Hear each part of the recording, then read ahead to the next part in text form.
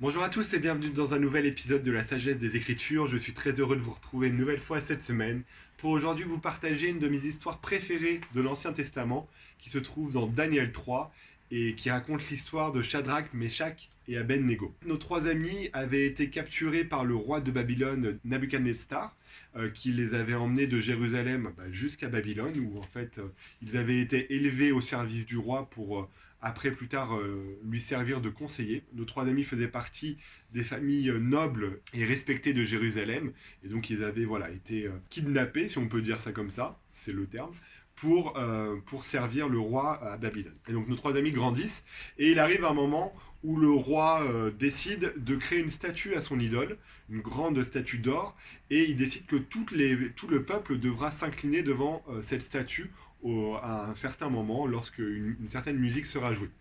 Alors évidemment, nos trois amis refusent, parce que pour eux c'est impensable de s'incliner devant une statue d'or, parce que cela va à l'encontre de la loi de Moïse, où le premier commandement dit que on n'adorera pas d'autres dieux que le Dieu vrai et vivant.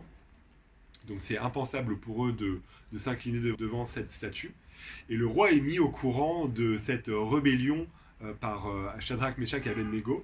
Et il les fait venir et il leur pose un ultimatum en leur disant: maintenant vous vous inclinez ou vous allez aller faire un petit tour dans la fournaise que j'ai préchauffée. Et ce qui est intéressant, c'est enfin, alors la pensée n'est pas forcément là-dessus, mais j'aime bien la réponse que Shadrach, Meshach et Abednego donnent lorsque le roi leur demande: et quel est le Dieu qui vous délivra de ma main?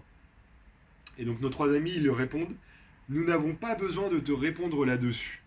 Alors j'ai trouvé cette réponse excellente, le petit côté effronté et en même temps un petit peu insolent.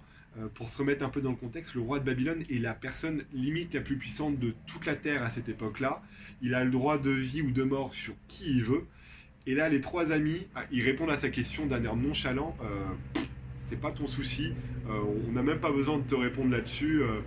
Voilà, comme si le roi n'avait aucune importance. Au-delà de ce petit passage comique, ce qui est intéressant après, c'est la vraie réponse, où en fait Shadrach, Meshach et Abednego, ils disent: voici notre Dieu que nous servons peut nous délivrer de la fournaise ardente, et il nous délivrera de ta main, ô roi. Sinon, sache, ô roi, que nous ne servirons pas tes dieux, et que nous n'adorerons pas la statue d'or que tu as élevée. Et donc ce qui est intéressant, c'est la foi de Shadrach, Meshach et Abednego. Ils ont foi que Dieu peut les délivrer de la fournaise ardente, mais en même temps, leur foi est tellement plus grande que cette simple condition. Leur foi ne se limite pas au fait que Dieu les délivre ou pas, leur foi est inconditionnelle. Et c'est ce qu'ils disent au verset 18: sinon, donc c'est-à-dire si jamais Dieu ne nous délivrait pas de la fournaise, sache, au roi, que nous ne servirons pas tes dieux. J'en ai déjà parlé dans d'autres vidéos, donc je ne vais pas revenir sur cette partie de la réponse que je trouve très intéressante, encore une fois, du fait que ce qui est important dans notre vie, c'est que notre foi ne soit pas conditionnée par l'obtention de certaines bénédictions, parce que sinon, il y a forcément un moment où on ne sera pas content. Parce qu'on se dira: bah tiens, j'ai respecté ça et j'ai pas eu ça. Mais voilà, au-delà de ça, je voulais partager avec vous la situation dans laquelle étaient Shadrach, Meshach et Abednego. C'est-à-dire que ces trois personnes étaient des personnes justes. Elles avaient sûrement choisi le bien toute leur vie. Et pour autant, leur maison avait été détruite et elles avaient été emmenées loin de chez eux, dans un pays qu'elles ne connaissaient pas, pour apprendre une langue qu'ils ne connaissaient pas, pour servir un roi qui avait détruit leur ville et leur maison. Et on peut imaginer que ils avaient un petit peu de ressentiment, et en même temps que ce n'est pas juste de la part de Dieu de faire venir ces trois personnes justes et de les mettre dans une situation difficile. Ça peut sembler vraiment injuste. Et pourtant, c'est parce que Shadrach, Meshach et Abednego ont été dans cette situation difficile qu'ils ont pu, par leur exemple et par leur détermination, convertir le roi. Parce qu'en fait, ce qui se passe après cette rébellion, le roi va les jeter dans la fournaise, un ange va les empêcher de brûler, et en fait, ils vont ressortir de la fournaise sains et saufs, et le roi va reconnaître qu'en fait, il y a le Dieu de Shadrach, Meshach et Abednego est le seul Dieu qui pouvait les délivrer, et il va se convertir.